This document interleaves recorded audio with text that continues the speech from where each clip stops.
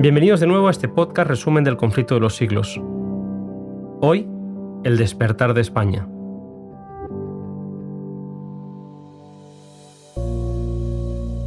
Este capítulo, tal y como se explica en una nota a pie de página, fue compilado por los señores Zisler y Hall y se insertó en esta obra con la aprobación de la autora. En una España siempre amante de la libertad, el clero español procuraba que la Iglesia retornara constantemente al cristianismo primitivo. Fue precisamente con el fin de aniquilar ese espíritu de libertad característico del pueblo español que en 1483 Fernando e Isabel permitieron el establecimiento de la Inquisición como tribunal permanente en Castilla, con Tomás de Torquemada como inquisidor general. No fue tarea fácil para los comerciantes burlar la vigilancia de los esbirros de la Inquisición, quienes hacían cuanto podían para acabar con las doctrinas reformadas que iban inundando España desde otros lugares como Alemania, Italia o Suiza. Año tras año podemos leer, durante la mayor parte del siglo XVI se hicieron esfuerzos constantes para abastecer a la gente con Biblias y testamentos en castellano y con los escritos de los reformadores. Mientras que el contrabando de Biblias y testamentos iba en aumento, la Inquisición trataba de impedir con redoblada vigilancia que dichos libros llegasen a manos de la gente. Las relaciones entre España y Alemania con los Países Bajos era estrecha debido a la extensión del imperio de Carlos V. Estas relaciones estrechas permitían que personas cercanas al monarca pudieran ser expuestos a las enseñanzas reformadas europeas. Alfonso de Valdés, secretario imperial, tuvo la oportunidad de estar presente en Worms en 1521, donde pudo conocer a Lutero, y unos 10 años más tarde tuvo la oportunidad de conocer a Melanchthon en Augsburgo. Su exposición a las tesis reformistas hizo que Alfonso fuese condenado como sospechoso del luteranismo.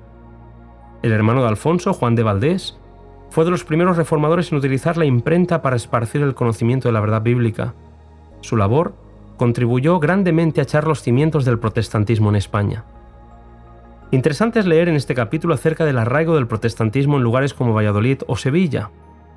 Desde la misma Iglesia Católica en sus conventos, el amor por la verdad y el deseo de dar a conocer la Biblia al pueblo es un testimonio de aquellos tiempos en los que, según escribe el historiador, tal vez no hubo nunca en país alguno tan gran proporción de personas ilustres, por su cuna o por su saber, entre los convertidos a una religión nueva y proscrita. Esta circunstancia ayuda a explicar el hecho singular de que un grupo de disidentes que no bajaría de 2000 personas, diseminadas en tan vasto país y débilmente relacionadas unas con otras, hubiese logrado comunicar sus ideas y tener sus reuniones privadas durante cierto número de años, sin ser descubierto por un tribunal tan celoso como él fue el de la Inquisición. Son muchos los personajes relevantes que se citan a lo largo de este capítulo que relata el avance de la fe reformada en nuestro país. A pesar del poder y preeminencia de la Iglesia Católica en España, no se había podido contrarrestar el avance secreto del movimiento protestante, que año tras año se hacía más fuerte, al contarse por miles los adherentes a la nueva fe. Se nos explica que los creyentes salían hacia Europa para disfrutar de la libertad religiosa de otros países o para continuar editando materiales escritos que harían llegar de nuevo a España, con el fin de seguir proclamando las verdades que llenaban sus corazones. En 1556, Juan Pérez, que vivía en Ginebra, terminó su versión castellana del Nuevo Testamento. A través del colportor Julián Hernández, esta edición del Nuevo Testamento fue la primera versión protestante que alcanzara circulación bastante grande en España. Esta obra preciosa le costó la vida al colportor, que pagó en la hoguera la osadía de hacer llegar la palabra de Dios a los españoles. Silenciosamente y con presteza, se consiguieron los nombres de centenares de creyentes y al tiempo señalado y sin previo aviso, fueron estos capturados simultáneamente y encarcelados.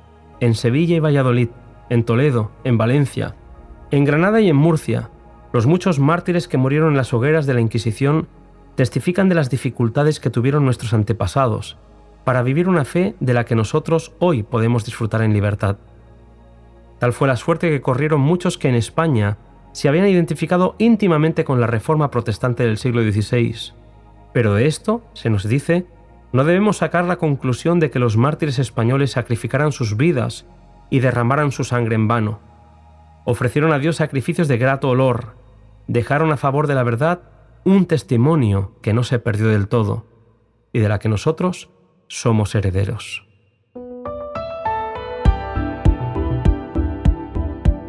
En este paseo por la historia, queridos amigos, en el siguiente capítulo viajaremos hasta los Países Bajos y Escandinavia para ver los inicios del protestantismo en los países del norte de Europa.